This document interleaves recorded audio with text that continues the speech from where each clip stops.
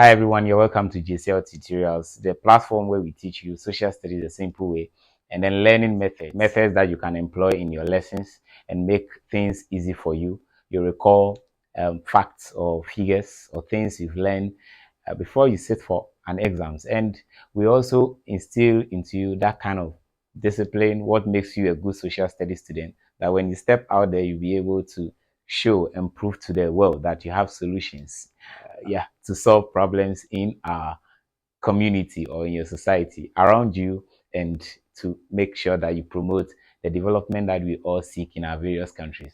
Well, what are we talking about today? The first thing I'll do is to say thank you for subscribing to my channel and then watching this video. If this is your first time watching my video, wow, you're welcome and thank you for watching. I would like you to scroll down, click the subscription button if you have not done that yet.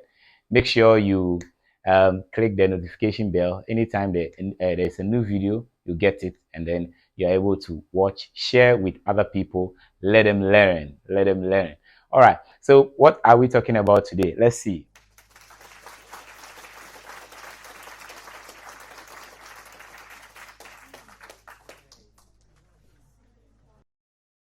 Okay, so a lot of my students have been wondering, they ask questions relating to our constitution. I did a lesson, a video on our constitution where I spoke about how the 1992 constitution of Ghana was drawn.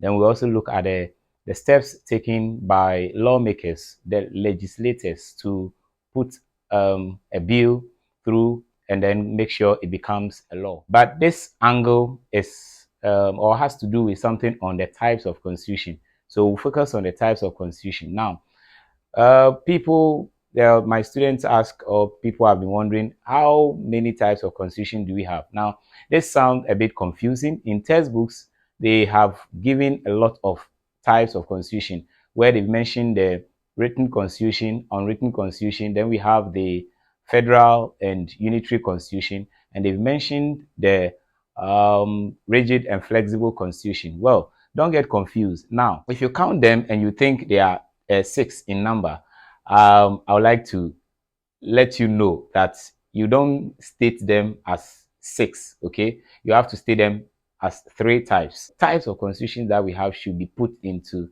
these types. Now, the other set of 3 are just the direct opposite of the other ones. Okay, so when we pick written, we pair it with unwritten. So when you are writing the types of constitution, you have 1 written and unwritten constitution, 2 a flexible and rigid constitution, and then 3 unitary and federal constitution. This is how you state the types of constitution. So you have to state them as 3 types. Now let's look into them and see what they mean. All right, so when we talk about our types of constitution, we actually look at the first type. Now when you do the breakdown, you realize that the flexible and rigid and unitary and the federal ones can actually be gotten from all that's the first 2. Okay, that's the first type. When you pick written and unwritten, they have the flexible aspects and they have the rigid aspects. The same way, countries decide to go for the unitary system, and other countries also decide to go for the federal system. When we get there, we'll see the breakdown, and I'll mention a country or some of the countries that use these type of constitution. But the main one actually is the written and the unwritten constitution. So this first type, let's look at the written aspect. So when we talk about the written constitution, yes, as the word suggests, they are written, but the fact here is that they are being put into one document, okay, not in separate documents. So people also use the word codified. Codified, that sounds so big, but that's fine. It simply means that the thing has been documented into one single or a single document. So that is what it means by having a written constitution. So countries like the United States of America, we also have Ghana. Our own Ghana uses a written constitution. When you go to Nigeria, they use a written constitution, but they decided to adopt the federal system. The United States also adopts the federal system. So it's a federal republic. Now, when you look at these two countries, they probably will have something in common. You will see them having states. Okay, so when we get there, we'll look at what actually happens between what we call the central government and the states. So focusing on the written and unwritten, what then is the unwritten? So when you pick the unwritten constitution, you realize that the laws are actually written. So it is not that they have not been written anywhere in a document, but just that the document is not one particular document where you find the set of laws. Okay, so a constitution we know is defined as a set of laws, and we learned that in one of my videos. So when you pick the 1992 Constitution of Ghana, for instance, we have almost everything in one single document. So when you pick chapter 3, you find our citizenship. Okay, so how to become a citizen of Ghana, you can find everything over there. Chapter 5, you have human rights. You anything you want to know about the human rights in Ghana here, you open that chapter, you find it. When you take chapter 8, chapter 9, chapter 10, chapter 11, you are likely to see get a lot of information on the executive, the council of state, the legislature, and the judiciary, respectively. So those numbers that I've mentioned, that's how they follow in that order. So that means that almost everything, our institutions, how they should work, public service, and whatever, everything is put in that document. So we say it is codified. That's the written constitution. But the unwritten, they are in separate documents. So you can have something on rights, something on citizenship, and something on any other thing. How the government institutions, or what we call parastatals or agencies, should operate. So you find them in these documents. They are separate. That's the written aspect. So I'm sure you can take or write something down on the difference between a written constitution and unwritten constitution. And I've mentioned the country. So when you come to the unwritten constitution, we have Great Britain, okay, United Kingdom, together with Northern or North Ireland. Then you have New Zealand is there, Canada, Saudi Arabia, Israel. Yeah, these countries, you can name them for the unwritten constitution. All right. Now let's move on to the rigid and the flexible. These countries that adopt either the written or unwritten, you realize that parts of their laws or some of their laws, because they don't want them to be easily manipulated or changed, they make them entrenched. So I always tell my students, they put padlock on them. So it is difficult to actually change or manipulate those laws. And we call them entrenched clauses. So they are the entrenched clauses. These are found in rigid constitution. Okay, so rigid constitution, they have the laws or the fundamental rules and regulations or the basic set of laws difficult to amend. When you pick the flexible ones, they are easy to amend. Let me tell you something about the rigid. So is it that they can't change them at all? Yes, all of them can be changed, but just that with a rigid, they have to adopt what we call a special procedure. Here, the process is that it carries two steps, or there are two stages. With a flexible, it's just a one stage. They need to just push the motion to parliament, and then they put it before the house. They meet the legislators, they will deliberate, and then take them through all the steps. When you go through all the steps, they just need a two-third majority to just vote and take that decision, and that law will be changed. That's for the flexible.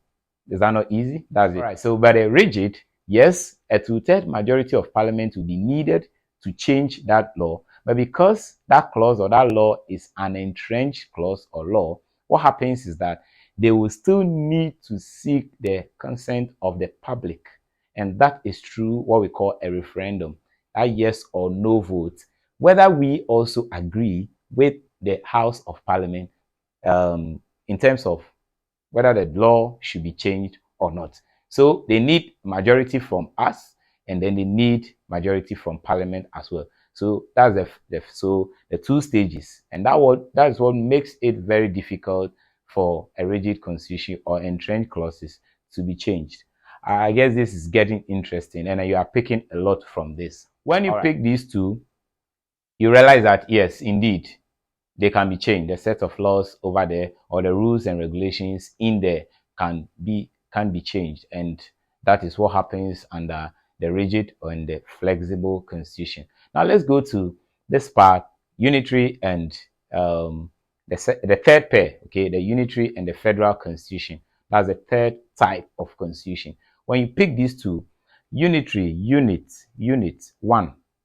Okay, so here we are referring to the central government. Every state has a central government. So that is where the head of the executive is, and all the powers come from there.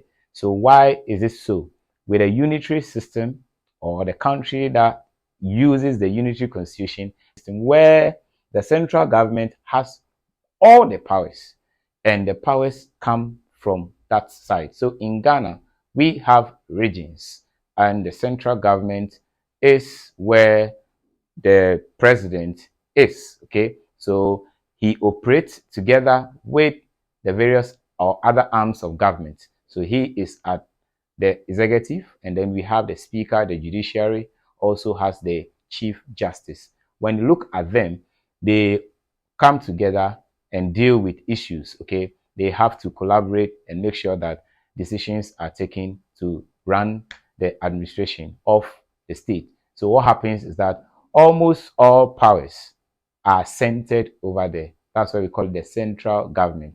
And then if they want to let someone perform these functions on their behalf, they do what we call delegation. So that's where what we call decentralization comes in.